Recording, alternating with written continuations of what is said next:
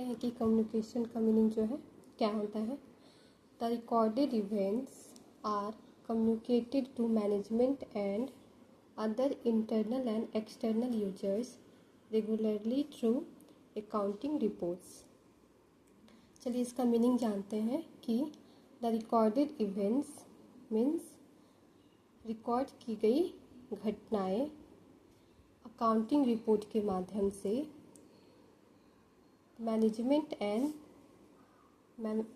जिसको हिंदी में प्रबंधक बोलते हैं, मैनेजमेंट एंड अन्य इंटरनल एंड एक्सटर्नल यूजर्स, जिसके बारे में हम लोग कल पढ़े थे कि इंटरनल यूजर्स में क्या क्या आता है। तो ऑनर्स आता है और मैनेजमेंट आता है, और एक्सटर्नल यूजर्स सिंगल ही होता है।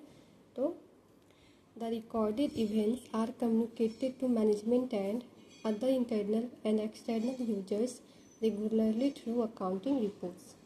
रिकॉर्ड की गई घटनाएं अकाउंटिंग रिपोर्ट के माध्यम से प्रबंधक यानी management and other internal and external users को नियमित रूप से जो है सूचित किया जाता है, जिसे हम लोग कम्युनिकेशन कहते हैं।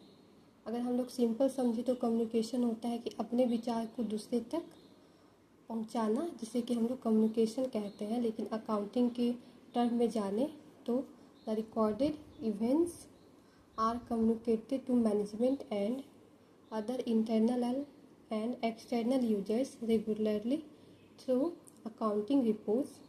रिकॉर्ड की गई घटना